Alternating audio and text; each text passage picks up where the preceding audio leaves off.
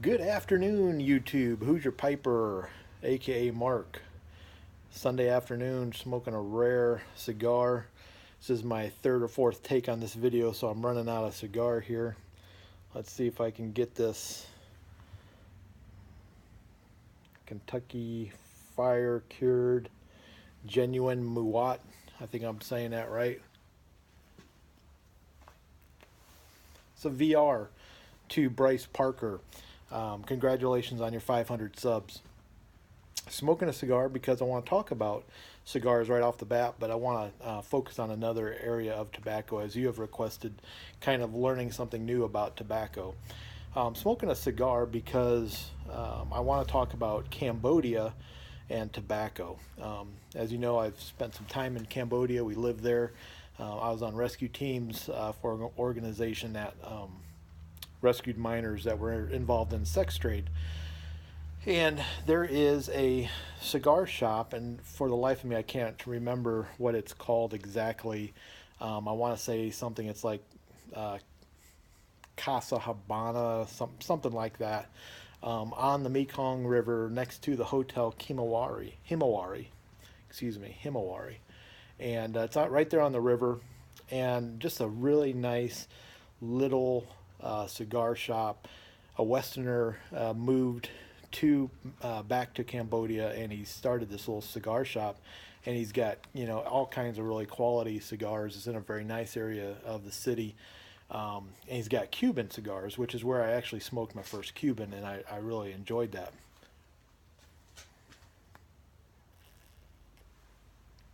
Um, so when I was in Cambodia, I never smoked a pipe. I've only been smoking a pipe for about a year, so I think we've been back from Cambodia for about 3 years now. And so I never smoked a pipe there, but I did smoke a few cigars. And a buddy of mine that was on the teams with me, we'd go there and we'd sometimes get something to drink, to sit out, watch everything kind of on the river going by. Life, the pace was a little bit slower. Enjoyed a cigar. Sometimes during the day, right in the middle of the day, just kind of beating the heat, or we would watch it in the evening, and the nightlife and things like that would come out. It's pretty cool.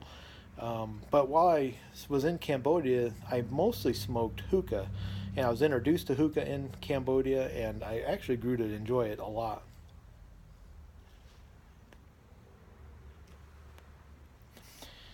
Being on the rescue teams, we worked undercover and we went into a lot of hookah bars, and we were looking for minors that were involved in the sex trade.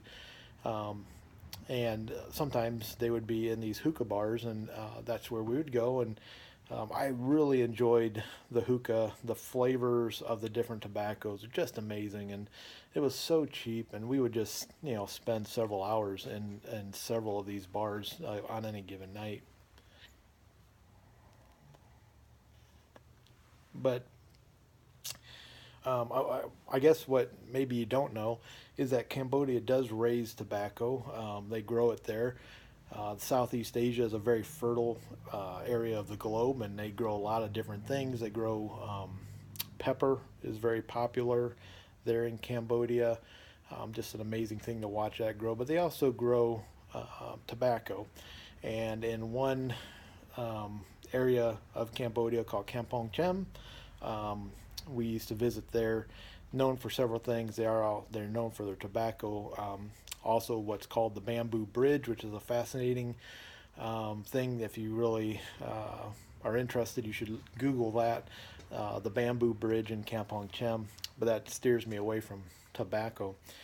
In Cambodia, of course, they grow tobacco. What was interesting about it was the way they processed it.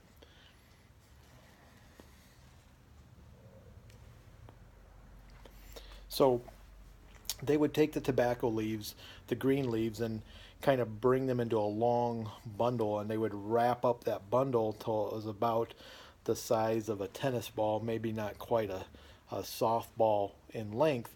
And they would lay that on a board. If I could demonstrate it, it was a board that made a sideways T that would have legs, almost like a little sawhorse there, with a piece that extended up. They would lay that tobacco on that board, and then they would push that tobacco through a hole on the upright board, and they would have what looked like a large knife or a machete, and they would cut that tobacco and just move it through, cut it, move it through, cut it. And that's kind of what they would get, what we would call a ribbon cut. And it was a very fine ribbon. It was very precise, and they were amazingly, oh, what's the word I'm looking for?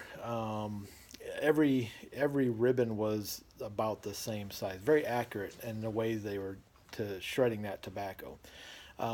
So they would do this green, and of course they'd get a big mound of shredded tobacco there on the ground, and then they would transfer that to a large mat, and they would then somebody would gather that shredded tobacco, and they'd shake it and get it into a size, a group of tobacco about the size of a pouch of tobacco, and they would actually fold it over and lay it on this mat, and you would just see hundreds and hundreds of these little bundles of shredded tobacco, like ribbon cut tobacco, that they would then cure in the sun. They would sun dry that, and that was kind of how they would process tobacco.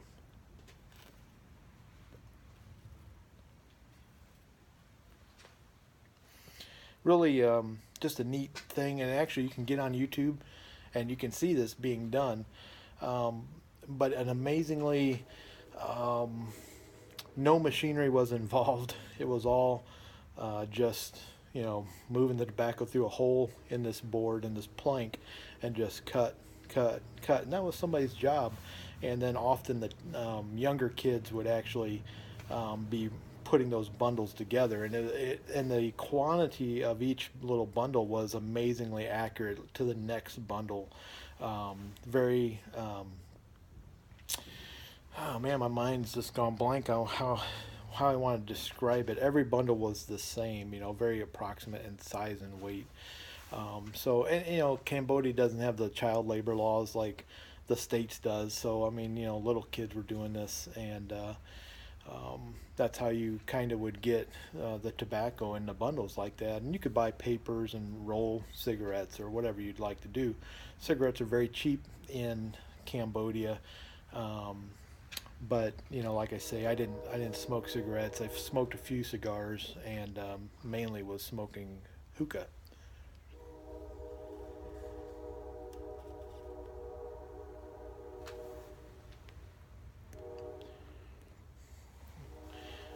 My camera just told me that I've got low battery power. So, anyways, I mean, I just thought that was a neat and interesting thing about tobacco. I think we tend to think of tobacco, at least I do, as something that's done in our own country, down in the southeast, in Kentucky or the Carolinas.